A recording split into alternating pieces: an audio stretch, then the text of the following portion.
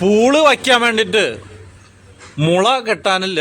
അതുകൊണ്ട് കശുമാവുമ്മ കയറിയിട്ട് ഒരു ചില്ല വെട്ടിയെടുക്കണം. അപ്പം പൂള് എന്ന് പറഞ്ഞിട്ടുണ്ടെങ്കിൽ നിങ്ങൾക്ക് മനസ്സിലായിട്ടുള്ളത് കുളം, അതല്ല സ്വിമ്മിംഗ് പൂള്, അതുമല്ല. ഇനി മണിയുടെ പാട്ടുണ്ട്. തേങ്ങാപ്പൂളും കൊക്കിയിലൊതുക്കി കാക്കക്കറുമ്പിയെ പോലെ. ആ പാട്ടല്ല ചങ്ങാതിമാരെ. ഇതൊക്കെ തൃശ്ശൂർ ജില്ലയിൽ കൈക്കോട്ടിന് പൂള് വയ്ക്കാന്ന് പറയും. അപ്പോൾ ഇന്ന് ജനുവരി 2-ാം തീയതിയായി. മഴയൊക്കെ നിന്ന് നമ്മുടെ ചെടികൾക്കൊക്കെ വെള്ളം കൊടുക്കാനുള്ള പരിപാടിയാണ്. അപ്പോൾ സബിതയാണ് ഷൂട്ട് ചെയ്യുന്നത്. അപ്പോൾ സബിത അങ്ങനെ ഇരിക്കുന്ന കൊമ്പ് മുറിക്കല്ലേ എന്നാണ്. അപ്പം ഞാൻ അറിയാണ്ടങ്ങനെ മുറിച്ചു കഴിഞ്ഞിട്ടുണ്ടെങ്കിൽ നമ്മുടെ ദേവതമാരൊക്കെ പ്രത്യക്ഷപ്പെട്ട് എന്തെങ്കിലും വരം കിട്ടിയെങ്കിലോ, നീ പറഞ്ഞത് പ്രശ്നമായത് എന്ന് പറഞ്ഞു. എന്തായാലും ഞാൻ അറിഞ്ഞിട്ട് വെട്ടിയതാണ്. അതുകൊണ്ട് ദേവതയും വരില്ല, ആരും വരില്ല, എനിക്ക് വരവും കിട്ടില്ല. അപ്പോൾ ഈ കശുമാവിൻ്റെ കൊമ്പ് വെട്ടിയെടുത്തിട്ട് കണ്ടല്ലേ, നല്ല ബലമാണ്. അപ്പൊ ഒന്ന് മാറിയൊക്കെ, മരക്കൊമ്പ് വീഴാൻ പോവാണ്. അപ്പൊ സബിതഹൻ ഇങ്ങോട്ട് തന്നെ ഇടണ, അപ്പുറത്ത് പിന്നാക്കം ഇടുന്നാണ് ആള് പറയുന്നത്. അപ്പൊ എല്ലാവരും ഈ ആശാരിമാരൊക്കെ ഉണ്ട്. മുതലാളി വന്നിട്ട് കാവലിരിക്കുമ്പോ പറയേ, പോടാ മുതലാളി എന്ന് വെച്ചിട്ടുണ്ടെങ്കിൽ മരത്തിമ്മ ഈ തടിയുമ്പോ ഒരു പൊത്തുണ്ട് എന്ന് പറയുന്നതിന് ആശാരിമാരൊക്കെ പറയും പോട്. അപ്പോൾ പോട മുതലാളി എന്ന് വെച്ചിട്ടുണ്ടെങ്കിൽ മുതലാളിനെ പറയലുമായി ആശാരി ഇപ്പോഴത്തെ വിദ്യ കണ്ടിട്ടുണ്ട്. എന്ത് മരത്തുമ്മ ഒരു പൊത്തുണ്ടെന്ന്. അതുപോലെയാണ് സബിതയോട് ഞാൻ പറയണത് മാറിക്കെന്ന് പറഞ്ഞപ്പോൾ അവള് പറയണത് അങ്ങോട്ട് പിന്നാക്കം ഇട്ടൂടെ ആണ്. കണ്ടോ, അതൊക്കെ പണ്ട് കാലത്തെ ഓരോ പഴഞ്ചൊല്ലുകളാണ്. അപ്പോൾ ഈ മരത്തിൻ്റെ വടിയും കൊണ്ടുപോയിട്ട് ഇനി ഉളി പോലെ ആക്കണം. കണ്ടോ, അപ്പോൾ നമ്മളിങ്ങനെ ഒരു തടിയും വെച്ചിട്ട് ഇവനെ വെട്ടിയിട്ട് ലെവലാക്കണം. അപ്പം ഇന്ന് ആശാരിമാരുടെ അടുത്ത് പോയിട്ട് ഇതുപോലെ പൂള് കൈക്കോട്ടിന് വയ്ക്കണമെങ്കിൽ 100-150 രൂപ കൊടുക്കണം. അതും ഒരു മരക്കഷ്ണമാണ് വയ്ക്കുക, പണ്ടത്തെ പോലെ മുള വയ്ക്കില്ല. അപ്പോൾ അത് ഞാൻ വെട്ടിയെടുത്ത് എടുക്കണ കണ്ടില്ലേ. അപ്പോൾ ഇത് പച്ച മരമാണ്, പച്ച കശുമാവിൻ്റെ കൊമ്പാണ്.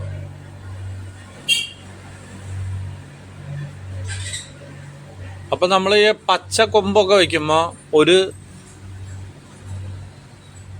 ആവശ്യമുള്ളത്തേക്കാളും കുറച്ച് കൂടുതൽ വയ്ക്കണം. അതുകൊണ്ട് അപ്പം ഈ കൈക്കോട്ടിൻ്റെ ഈ കൊത എന്ന് പറയും, ഒരു ത്രികോണം പോലെയുള്ള ഒരു സ്ഥലമുണ്ട്, കോൺ പോലെ. അവിടെ വെക്കാൻ വേണ്ടി നമ്മൾ ചകിരിയുടെ നാര്, അപ്പോൾ നമ്മളുടെ കോക്കനട്ട് ഹസ്കിൻ്റെ ഫൈബർ എടുത്തിട്ടാണ് അതിൻ്റെ ഉള്ളിലേക്ക് വെച്ച് കൊടുക്കുക. കണ്ടോ, ഈ കോർണറിൽ ഇത് വെച്ച് കൊടുക്കും. എന്നാലും ഈ മരവും അതും കൂടിയിട്ടൊരു എന്താ പറയുക, ഒരു വാഷർ പോലെ. നമ്മൾ ഇരുമ്പൊക്കെ ഫിറ്റ് ചെയ്യുമ്പോൾ കണ്ടിട്ടില്ലേ, 2 ഇരുമ്പിൻ്റെ കഷ്ണങ്ങൾ ഫിറ്റ് ചെയ്യണമെങ്കിൽ ഒരു വാഷർ വെച്ച് കൊടുക്കും. അതുപോലെ തന്നെ കണ്ടോ, ആ വാഷർ പോലെ തന്നെ ഈ കോക്കനട്ടിൻ്റെ നാളികേരത്തിൻ്റെ ചകിരിയുടെ നാര് വെച്ച് കൊടുക്കണം. അത് വയ്ക്കുക. എന്നിട്ട് 2 സൈഡിലും കുറച്ച് അങ്ങോട്ടും ഇങ്ങോട്ടും ചിലപ്പോൾ ട്വിസ്റ്റ് ചെയ്യാൻ വഴിയുണ്ട് ശരിയാനായിട്ട്. അപ്പോൾ നമ്മൾ അവിടെ ഓരോ പീസുകൾ ചെറുത് വെച്ചോളണം.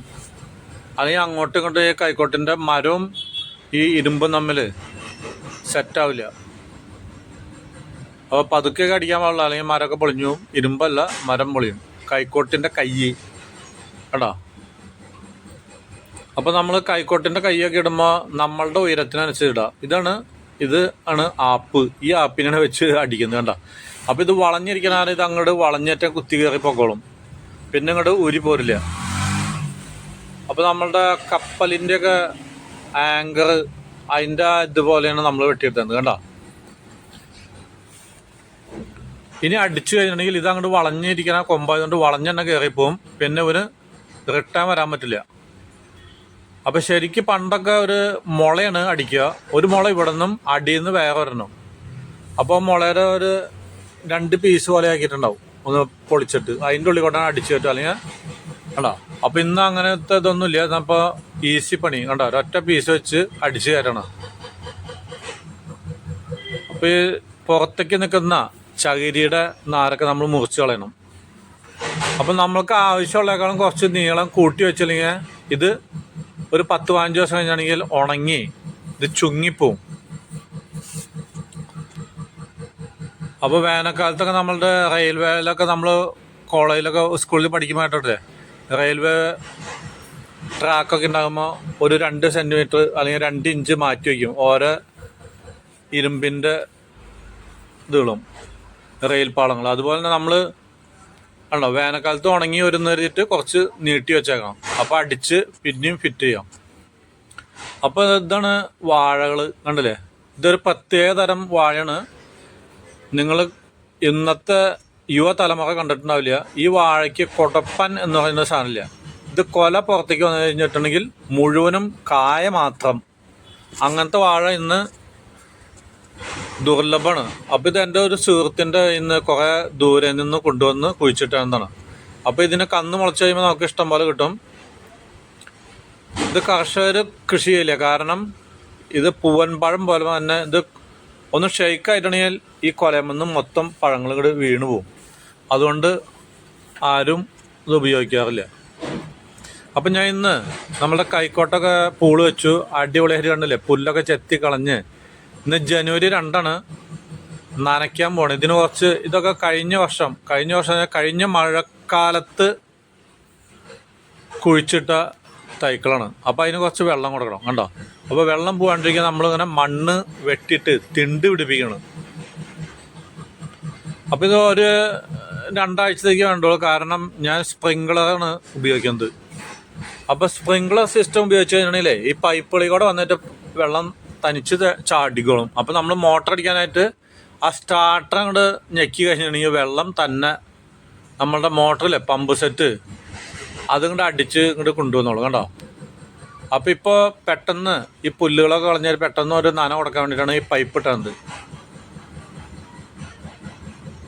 അപ്പോൾ ഇത് ഫ്ലെക്സിബിൾ പൈപ്പായതുകൊണ്ട് അങ്ങോട്ടും ഇങ്ങോട്ടും വലിച്ചു കൊണ്ടുപോകാൻ എളുപ്പമാണ്. അപ്പോൾ ഇത് കുറച്ച് ദിവസത്തേക്ക് മാത്രമാണ്. പിന്നെ നമുക്കിത് ഇങ്ങനെ പൈപ്പിട്ടൊക്കെ നനയ്ക്കുന്ന സമയമുണ്ട്. സ്പ്രിങ്ക്ലർ വെച്ച് കഴിഞ്ഞിട്ടുണ്ടെങ്കിൽ ആ സമയം 2 മണിക്കൂർ നനയ്ക്കാണ്ടിരിക്കുന്നുണ്ടെങ്കിൽ ആ 2 മണിക്കൂർ മറ്റെന്തെങ്കിലും കൃഷി ചെയ്യാം. കൃഷിയല്ല, മറ്റെന്തെങ്കിലും ജോലികൾ ചെയ്യാം.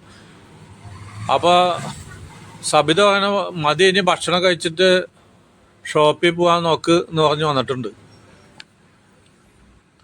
അപ്പോൾ കണ്ടില്ലേ, പുല്ലൊക്കെ നമ്മൾ ആവശ്യം ഉള്ള സ്ഥലത്ത് മാത്രമേ കളയുള്ളൂ. അപ്പോൾ ജൈവ കൃഷി എന്ന് വെച്ചിട്ടുണ്ടെങ്കിൽ ഇതിൻ്റെ ഉള്ളിലൊക്കെ അരണേര കുഞ്ഞുണ്ട്, തവളക്കുഞ്ഞുങ്ങളുണ്ട്, തേളുണ്ട്, പഴുതാര, അങ്ങനെ പല സാധനങ്ങളുടെയും കുഞ്ഞുങ്ങളൊക്കെ അതിലുള്ളതുകൊണ്ട് നമ്മൾ പുല്ലൊന്നും ആവശ്യമില്ലാത്ത സ്ഥലത്തൊന്നും പുല്ലുകൾ കളയില്ല. അതൊക്കെ അവിടെ നിൽക്കും.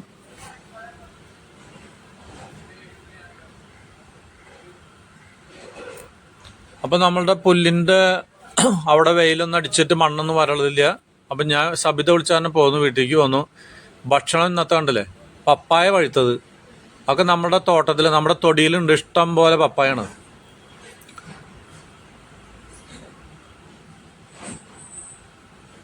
അപ്പോൾ വളരെ സ്വാദിഷ്ടമാണ്. കാരണം നാടൻ പപ്പായ ഒന്നും മേടിക്കാൻ കിട്ടില്ല. ആകെ മേടിക്കാൻ കിട്ടുന്നത് റെഡ് ലേഡി. അത് കിലോയ്ക്ക് 60, ഏറ്റവും കുറഞ്ഞ വില 50 മഴക്കാലത്ത്. വേനൽക്കാലമായിട്ടാണെങ്കിൽ 80 രൂപ ആവും. അപ്പോൾ ഇതാണ് മധുരം കിഴങ്ങ്. അപ്പോൾ മധുരം കിഴങ്ങ് പുഴുങ്ങിയത് കണ്ടോ. അപ്പോൾ അതിൻ്റെ തൊലി അങ്ങോട്ട് ഉരിഞ്ഞു കഴിഞ്ഞിട്ടുണ്ടെങ്കിലോ പതുക്കെ ഒന്ന് ടച്ച് ചെയ്താൽ മതി, അപ്പം തന്നെ തൊലി ഇങ്ങോട്ട് പൊളിഞ്ഞു വരും കണ്ടോ. ഇതൊക്കെയാണ് ഞങ്ങളുടെ ഭക്ഷണങ്ങൾ. അപ്പം നമ്മളൊക്കെ പരമാവധി കുറേശ്ശൊക്കെ ഒന്ന് കൃഷി ചെയ്യാൻ പഠിക്കുക. ഇനി സ്ഥലമില്ല എന്ന് പറയുന്നത് നിങ്ങൾ ഒരു മടിയനാണെന്നുണ്ടെങ്കിൽ ഇന്ന് എല്ലാവരും ടെറസിൻ്റെ മുകളിലും അല്ലെങ്കിൽ വീടിൻ്റെ മുകളിലൊക്കെയാണ് കൃഷി ചെയ്യുന്നത്. അപ്പം നിങ്ങളൊക്കെ ഇതുപോലെ ചെയ്ത് പഠിക്കുക.